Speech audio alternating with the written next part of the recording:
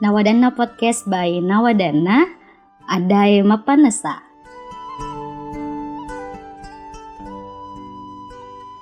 Selamat datang kembali di segmen Sipak Bicara yang akhirnya setelah berbulan-bulan ada lagi nih sesuatu yang sepertinya butuh untuk dibahas bersama.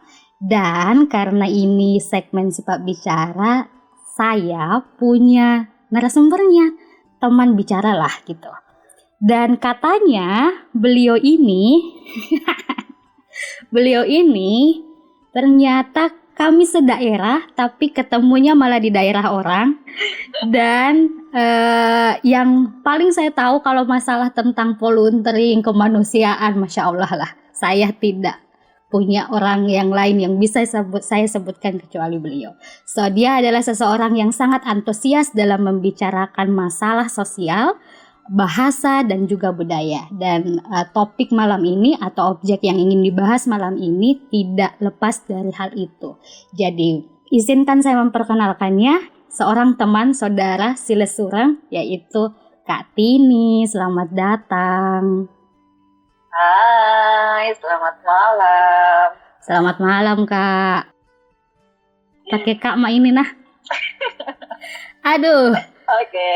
Kak, kita mau bahas satu film yang masih tayang sekarang.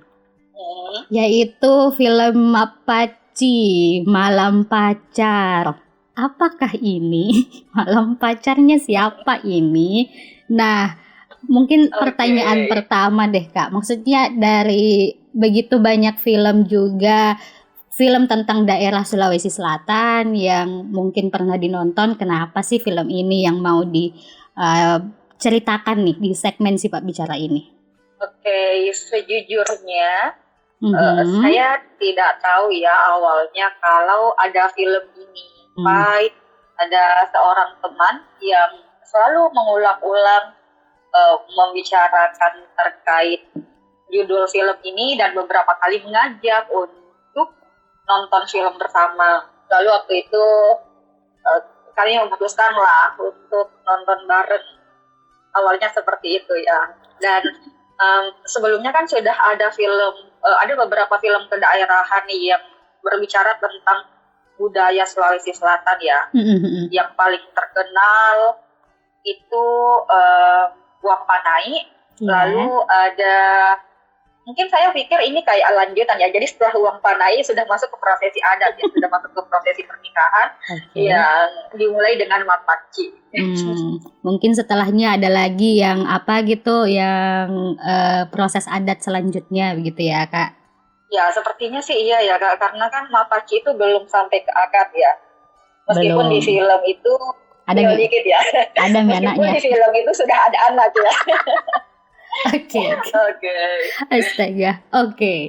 Nah, bagaimana dilihat tentang budaya? Bagaimana film ini bisa memperkenalkan budaya Sulawesi Selatan menurut Kak? Oke, sebenarnya apa yang ditampilkan di film itu sangat berbeda ya dengan apa yang diekspektasikan sebelumnya. Sebagai seorang yang belum menikah. Saya awalnya berekspektasi, meskipun itu nonton karena ajakan teman, berekspektasi bahwa ada informasi-informasi tentang kenapa Mapaci itu dilakukan, apa prosesi-prosesi yang dilakukan orang saat Mapaci. Tapi saat nonton film itu ternyata di awal film itu sudah diinformasikan bahwa ternyata Mapaci itu ada di beberapa daerah dengan nama yang berbeda-beda ya. Iya. Dan ya saya tidak melihat adanya budaya yang cukup ditonjolkan dalam film Mapaci ini. Dan di situ juga kita lihat ya bahwa ada 7 sarung yang disusun. Tapi itu sebenarnya tidak disampaikan makna dari 7 sarung itu apa, makna dari daun pacar itu apa, makna dari setiap prosesinya itu apa. Jadi hanya sekedar lewat. Menunjukkan saja gitu elemen-elemennya. Betul. Tidak ada penjelasan. Betul, tidak ada penjelasan dan ini nanti akan maju mundur ya. Iya. ternyata prosesi itu akhirnya dibukukan ya menjadi buku Mapaci. Saya sebenarnya tidak expect-nya ke sana ya. Maksudnya saya tidak nyangka bahwa alur ceritanya itu akan ke sana. Dan saya ekspektasinya bahwa ada penjelasan, oh ini prosesinya seperti apa dalam budaya Mapaci, siapa-siapa saja yang berperan dalam Mapaci. Tapi itu tidak sama sekali, saya sama sekali tidak menemukan hal itu, tidak mendapatkan penjelasan-penjelasan itu dalam film. Buku yang tadi ya ada cerita cinta lah gitu, cerita kisah cinta yang melakukan prosesi Mapaci, bukan tentang apa sih yang dilakukan di proses Mapaci itu ya. Ya, dan saya sebenarnya tidak menangkap apa isi dari buku itu, tapi saya menebak kalau isi buku itu menceritakan bahwa dia kehilangan calon suaminya di saat malam Mapaci. Jadi bukan ditonjolkan Mapacinya, tapi kehilangannya. Iya. Judulnya yang mungkin kita berekspektasi saat baca judulnya Mapaci, wah kayaknya akan kental nih dengan pembahasan tentang Mapaci gitu ya. Kental sih, karena kan 3 kali.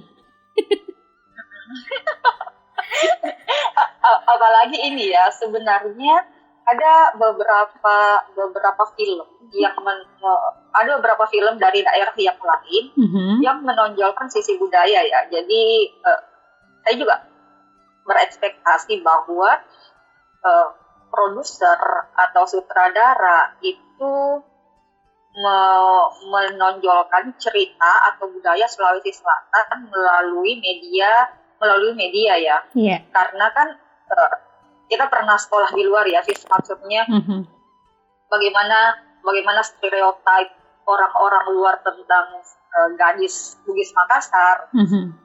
Dan saya sebenarnya ekspektasinya ada penjelasan budaya yang bisa dipahami oleh orang-orang luar bahwa ya ini memang budaya, ini bukan mahal-mahalan atau seperti apa. Tapi beberapa film yang diproduksi itu, salah satunya yang Mapaci ini, itu seperti menguatkan stereotip yang berkembang. Semacam melanjutkan lagi uang panai ya sis? Ya, jadi tidak ada penjelasan. Jadi kalau misalnya nih ada budaya ini karena ada sejarahnya ini, jadi pernikahan itu bukan hanya sekedar ajang ramai-ramaian, tapi ada alasan budaya, ada alasan sejarah, dan setiap momentum itu ada alasan-alasannya, tapi itu tidak tersampaikan dengan baik. Wow. Karena apalagi kalau ngebahas tentang Mapaci kan banyak unsur-unsurnya. Yang tadi dibilang ada sarung yang sampai berlapis-lapis, ada daun pacar, kenapa mungkin harus pakai daun pacar gitu kan. Dan daun pisang, kenapa daun pisang ada di situ, daun apalagi kelapa, yang beras, ya Bugis selalu ada kelapanya, selalu ada berasnya, kenapa harus itu gitu. Jadi kita saja sebagai orang Sulawesi tidak mendapatkan pesan itu ya, apalagi mungkin orang luar yang menonton itu, yang mungkin juga penasaran nih harusnya ini seperti apa gitu. Apalagi kalau sudah ke film yang ada juga film yang tadi dibicarakan ya, saya juga sempat nonton beberapa film yang bahas budaya, itu juga jadinya saya tahu sih kayak oh ternyata ada upacara ini ya di daerah sana, upacara ini tuh dilakukan karena ini gitu. Oh ternyata cara memanggil tante di daerah sana tuh seperti ini. Nah itu yang mungkin kita rindukan untuk disaksikan tentang budaya kita sendiri gitu ya. Betul. Mungkin terlalu tinggi ekspektasinya. Saya sebenarnya mau bilang itu ya. Mungkin karena kita berekspektasi terlalu tinggi ya. Kita kadang lupa bahwa media itu kadang selalu komersil ya. Komersil itu itu tidak selalu mengakomodasi orang-orang yang ideal ya. Maksudnya tujuan komersil adalah untuk meraup keuntungan sebesar-besarnya ya. Kalau misalnya bercerita tentang budaya yang mana sebenarnya target dari film ini mungkin untuk hiburan. Kalau misalnya berbicara budaya, mungkin itu tidak akan menarik untuk banyak orang datang untuk nonton. Kira mungkin saya pada saat nonton, isi bioskop itu kebanyakan ibu-ibu ya, ibu-ibu dengan anak-anaknya.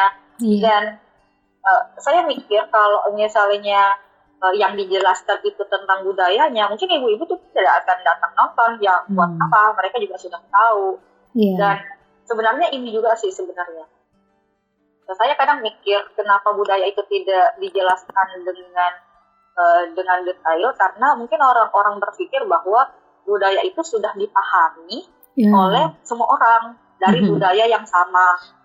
Jadi ya buat apa lagi buat apa lagi dijelaskan, didetailkan kalau semua orang sudah tahu.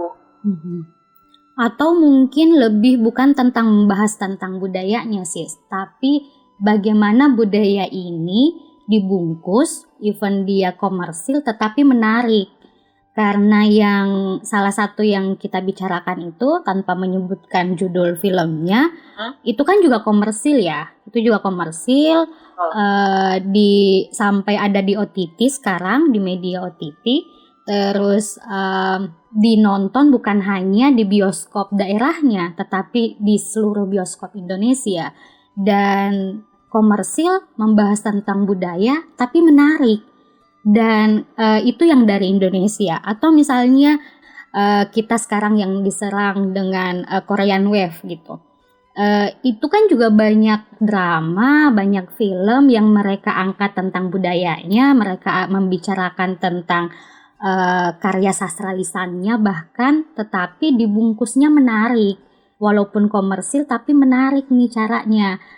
Saya juga malah menduganya seperti itu. Apa mereka tidak menjelaskannya karena merasa bahwa ini ditonton sama orang-orang yang akan tahu tentang Mapaci misalnya. Jadi nggak usah dijelaskan lebih tentang Mapaci.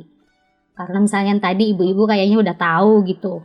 Maksud unsur-unsur Mapaci itu ada, jadi nggak usah lagi dijelaskan. Tapi again, kalau menurutku sih ya butuh nih, karena bukan hanya generasi yang dulu yang butuh tahu tentang budaya ini, tapi generasi selanjutnya nih, supaya mereka juga punya punya kebanggaan lah dengan budayanya gitu ya sis ya. Betul. Oke, lanjut mungkin tentang bagaimana nih tentang isu atau isu yang ada dalam cerita ini, yang ada dalam film ini, yang menarik menurut tak apa sih? Oke, mungkin ini sih, saya mengapresiasi yang bagian Indo-Voting saat menghias calon pengantin ya. Benar. Itu sebenarnya pernah saya diskusikan juga ya dengan salah seorang teman. Jadi sekarang kemunculan MUA itu kan hanya fokus ke bagaimana supaya calon pengantin ini tampil flawless ya. Yeah. Tapi kalau misalnya kita melihat di kampung yang masih mempertahankan Indo-Voting, sebenarnya Indo-Voting itu kan tidak hanya menghias tapi mereka juga ada baca-baca ya sis. Maksudnya mereka ada baca-baca supaya si pengantin ini tampil atau terlihat cantik, atau mungkin disebutnya ceningkrara kali ya di Bugis Makassar. Dan itu sebenarnya yang hilang di beberapa MUA, karena ya anak-anak sekarang kita kadang sudah meninggalkan hal-hal seperti itu ya. Karena menganggap bahwa merek kosmetik itu sudah cukup untuk membuat pengantin terlihat cerah tanpa harus ada unsur-unsur baca-baca ya, tiup-tiup. Iya, dia niupkan. Ya, itu yang masih ditonjolkan di film Mapaci ini, dan saya menarik ya. Dia masih menonjolkan hal-hal yang mungkin beberapa dari kita anak-anak sekarang itu sudah tidak tahu bahwa ternyata ada tradisi seperti itu. Iya, benar. Dan ini juga sih pada saat acara lamar itu ada acara balas-balas pantun ya. Sejujurnya sekarang saya sudah tidak pernah lihat lagi. Saya sudah tidak pernah lihat lagi ada acara seperti itu. Atau mungkin karena saya tidak banyak saya tidak banyak menghadiri acara Waterduada ya. Oke. Jadi saya sangat mengapresiasi adanya scene yang memunculkan itu. Meskipun tidak dijelaskan bahwa apa nih makna dari saling balas pantun. Iya. Dan yang terakhir bagian saat si calon ini spoiler ya. Oke, bagian spoiler. Saat si calon pengantin laki-laki ini kecelakaan dan dinyatakan hilang dan meninggal. Itu kan H-1 ya. Yeah. H-1 sebelum dia nikah. Malamnya itu dia harusnya mapaci tapi dia mengalami kecelakaan. Itu sebenarnya mungkin ada di setiap budaya ya. Yeah. Kalau misalnya di Jawa ada pingit, ada sistem pingit. Kalau di Sulawesi saya tidak tahu ya istilahnya, tapi juga ada seperti itu ya. Ada larangan bahwa ketika H-7 paling lambat H-3 menjelang pernikahan kita sudah dilarang keluar rumah ya. Yeah. Karena dianggap bahwa itu sudah waktu yang rawan. Dan itu juga dimunculkan sebenarnya. Sebenarnya tidak dimunculkan ya. Tapi itu ada tragedi yang terjadi di film itu. Ada tragedi yang terjadi di film itu meskipun juga lagi-lagi ya itu tidak terjelaskan bahwa ada nih makna di balik hal yang terjadi. Makanya ada larangan seperti ini karena ada konsekuensi yang seperti ini. Tersirat ya, caranya tersirat mungkin ya. Betul. Iya. Kalau misalnya orang tua yang nonton, mereka mengerti ya. Iya. Mereka mengerti bahwa ya dikasih tahu memang mako itu, makanya kalau mau menikah dia mau keluar. Iya. Tapi kan anak-anak sekarang kalau misalnya itu tidak pernah dinarasikan, itu mungkin mungkin akan disepelekan. Tidak mengerti. Iya, betul, akan sepelekan dan tidak mengerti ya kenapa. Kan kalau sekarang kan kayaknya ngelakuin sesuatu tanpa tahu alasannya tuh bagaimana gitu untuk zaman sekarang. Jadi pokoknya kalau ada larangan minta alasan saja. Harus realistis ya. Iya, gitu. Jadi memang mungkin ada butuh dinarasikan mungkin. Atau mungkin disinilah kita yang menarasikannya ya sis ya. Sekarang malah ngantar undangan kan sudah dengan calonnya ya. Betul. Itu yang cerita temanku. Kalau jangankan di pingit ya, tidak boleh ketemu antara laki-laki dan perempuan. Ini sudah foto prewedding. Iya. Ngantar undangannya sama-sama, terus kiri kanan itu sama-sama. Aduh. Tapi satu juga sih yang menarik yang dimunculkan sama tante itu. Saya lupa lagi namanya. Tapi tante yang kental sekali cara pembawaan narasinya, kental sekali logatnya. Tante Aji itu yang dia marah sama yang pasang laming dekorasi itu yang katanya jangan sampai jatuh karena itu pamali katanya. Itu pamali. Nah, kayaknya butuh apresiasi juga nih, menurutku ya sis ya, butuh apresiasi juga dengan karakter-karakter yang dimunculkan. Bagaimana menurut Tak? Betul. Oke, jadi kan sebenarnya seperti ini ya. Ya tadi di awal kita ada beberapa hal yang kita kritik ya. Tapi sebenarnya ada cukup banyak hal juga ya bisa kita apresiasi. Sebenarnya kan seperti ini ya. Yang kita kritik karena judulnya Mapaci, tapi ritual dan esensi dari Mapaci itu tidak tersampaikan. Tapi prosesi sebelum sampai ke sini itu cukup banyak sebenarnya yang bisa kita apresiasi. Ada cukup banyak hal yang ada cukup banyak hal yang berkaitan dengan budaya yang disampaikan, seperti yang tadi saya bilang ya, kalau Indo voting, meniup-niup ya, ada baca-baca yang dibaca Indo voting, pesan tersirat yang disampaikan kalau menjelang pernikahan itu sebaiknya tidak kemana-mana.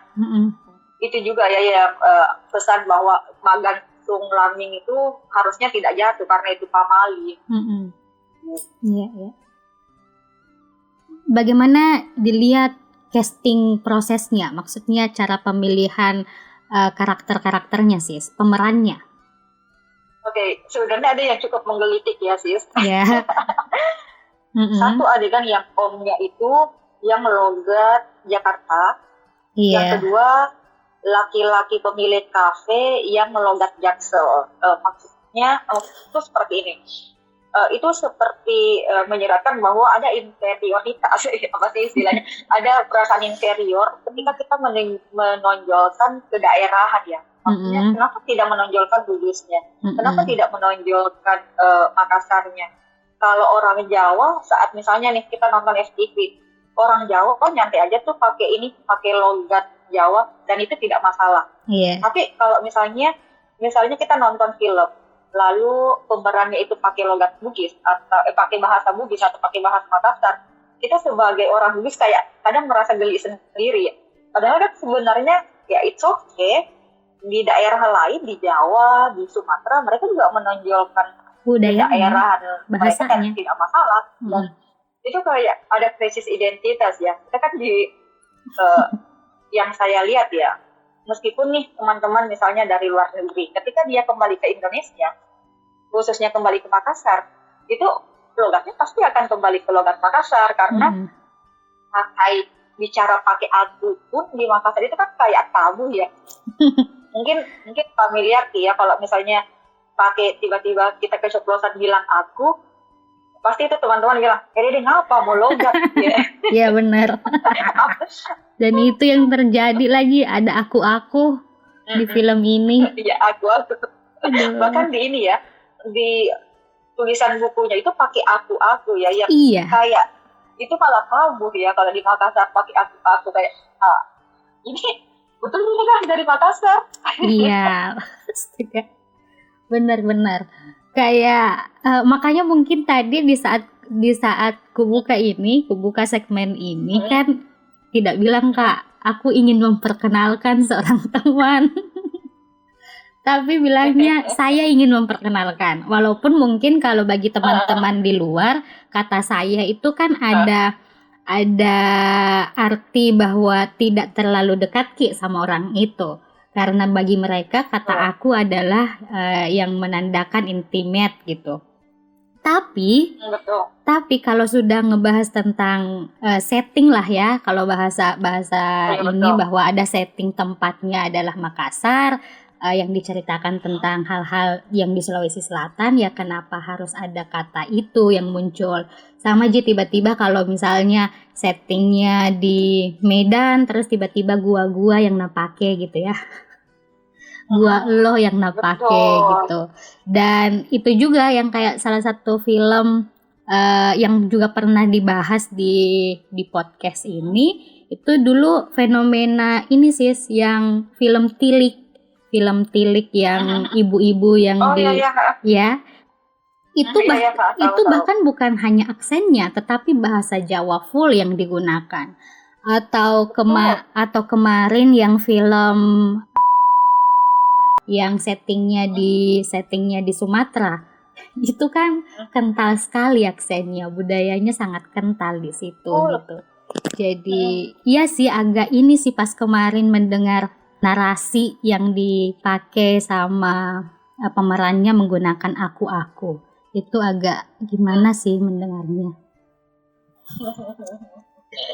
Aduh, tapi saya juga mau mengapresiasi pemilihan pemerannya, karena beberapa film Sulawesi ada film yang dia mengcasting orang-orang luar untuk memerankan karakter Sulawesi Selatan yang kadang menurutku terlalu dipaksakan. Dan untuk komedinya saya malah tidak terlalu, maksudnya kalau Tumbing Abu kita sudah tahu lah, kita sudah tidak pertanyakan lagi masalah komedinya. Tapi yang satu itu loh, yang siapa sih, yang ada satu itu yang menurutku tidak terlalu dibuat-buat cara komedinya, tapi malah tersampaikan. Keren. Betul. Ya itu sih ya yang mesti kita apresiasi. Jadi pemilihan aktornya, pemilihan artisnya itu tidak Jakarta sentris ya. Iya. Karena sebenarnya kita tidak kekurangan orang yang berbakat ya. Menurutku di Sulawesi Selatan sebenarnya ada cukup banyak orang-orang di Sulawesi Selatan yang punya bakat, tapi tidak memiliki kesempatan dan ruang untuk berekspresi ya.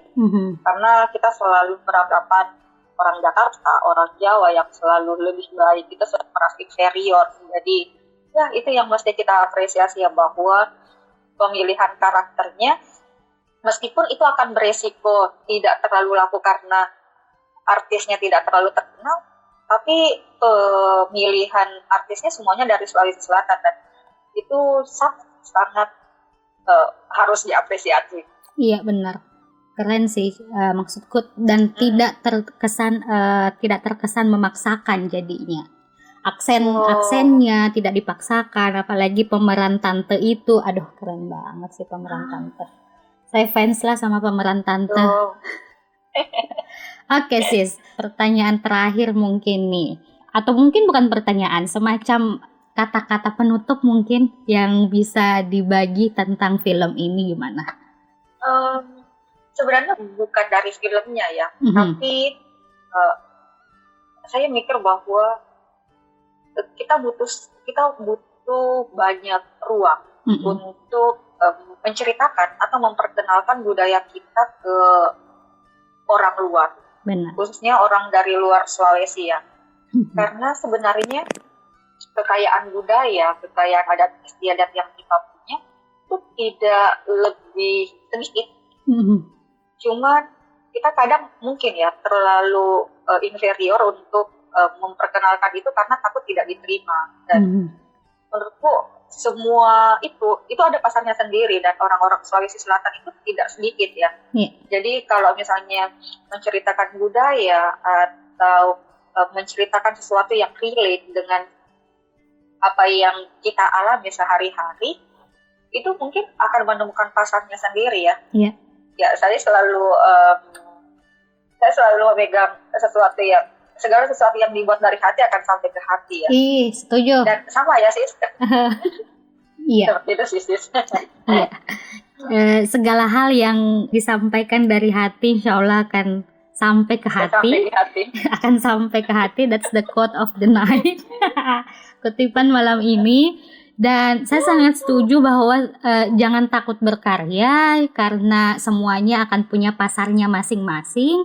Dan semoga segmen Sipak Bicara ini bukan diartikan secara negatif mungkin bagi fans-fans film ini, karena kami sendiri sebenarnya sangat mengapresiasi dengan menonton dan bahkan membahas film ini, karena saya sangat percaya bahwa karya yang banyak diulas, banyak dibahas itu adalah karya yang sukses.